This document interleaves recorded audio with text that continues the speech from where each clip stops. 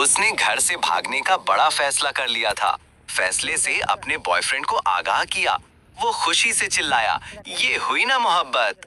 घर से भागने के लिए पिछली रात का वक्त तय पाया गया। वो चोरी छुपे अपने चंद जरूरी कपड़े और छोटी मोटी चीजें बैग में पैक करके मुकर्ररा वक्त का बेचैनी से इंतजार करने लगी। इस दौरान बॉयफ्रेंड की कॉल आ गई।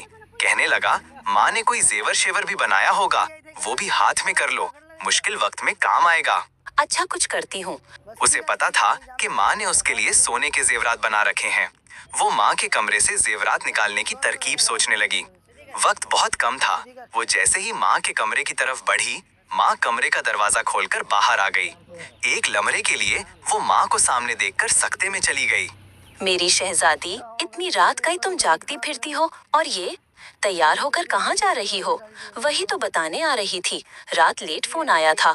यूनिवर्सिटी वालों ने इमरजेंसी कुछ काम से बुलाया है। मेरी कुछ दोस्त भी जा रही हैं।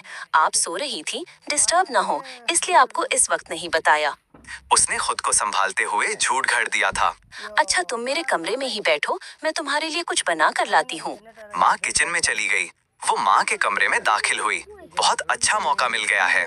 उसने ये सोचते हुए जल्दी से पेटी का दरवाजा खोला तो सबसे पहले उसकी नजर अपने लिए बने लाल रंग के बहुत प्यारे लहंगे पर पड़ी, जो उसकी माँ ने खास तौर पर शादी वाले दिन के लिए उसकी पसंद से बनवाया था।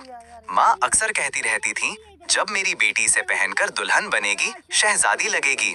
शहजादी एक से बढ़कर एक अच्छा सूट, बेहतरीन बिस्तर, डिनर सेट, टी सेट और ना जाने क्या क्या सामने आ रहा था। बहुत सी कीमती और खूबसूरत चीजें तो ऐसी थीं जो माँ ने चोरी चोरी बना रखी थीं, जिनका इल्म उसे आज हो रहा था। चीजें उलट पलट करते करते आखिर जेवरात उसने ढूंढ ही निकाली, लेकिन उसका दिलो दिमाग चकरा कर रह गया था।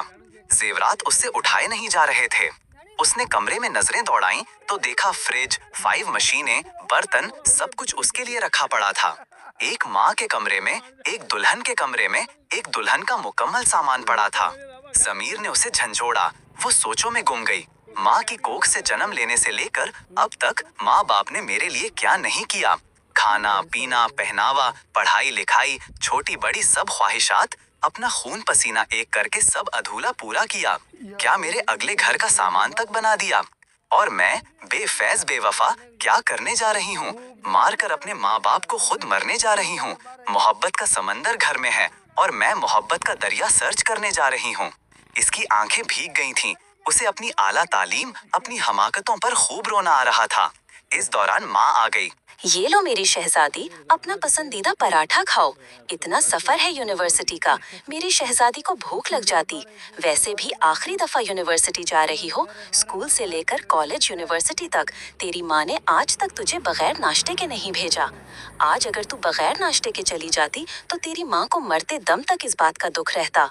माँ की बात सुनकर बेइख्तियार वो माँ के गले लगकर फूट फूट कर रोने लगी। माँ ने माथा चूम कर आंसू साफ करते हुए पूछा, मेरी शहजादी क्यों रो रही है? वो नजरें चुराते हुए कहने लगी, माँ मुझसे कितनी मोहब्बत करती हो ना। ये भी कोई बात हुई? अब माँ से बढ़कर भी भला कोई मोहब्बत कर सकता है?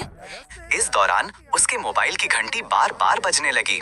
उसने कॉल काटते हुए मैसेज लिखा, सॉरी, मैं नहीं आ सकती और कभी नहीं आ सकती, क्योंकि मुझे मेरी मोहब्बत मेरे घर से ही मिल गई है। ये जो माँ बाप की मोहब्बत होती है ना, ये मोहब्बतों की माँ होती है। इस कहानी से हमारी बहनों और बेटियों को सबक हासिल करना चाहिए कि माँ और बाप की मोहब्बत से बढ़ इस दुनिया में कोई मोहब्बत नहीं। कैसी लगी आज की स्टोरी?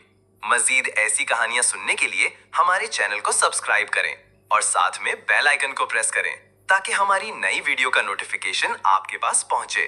फिर मिलेंगे एक नई वीडियो के साथ। तब तक के लिए अल्लाह हाफिज।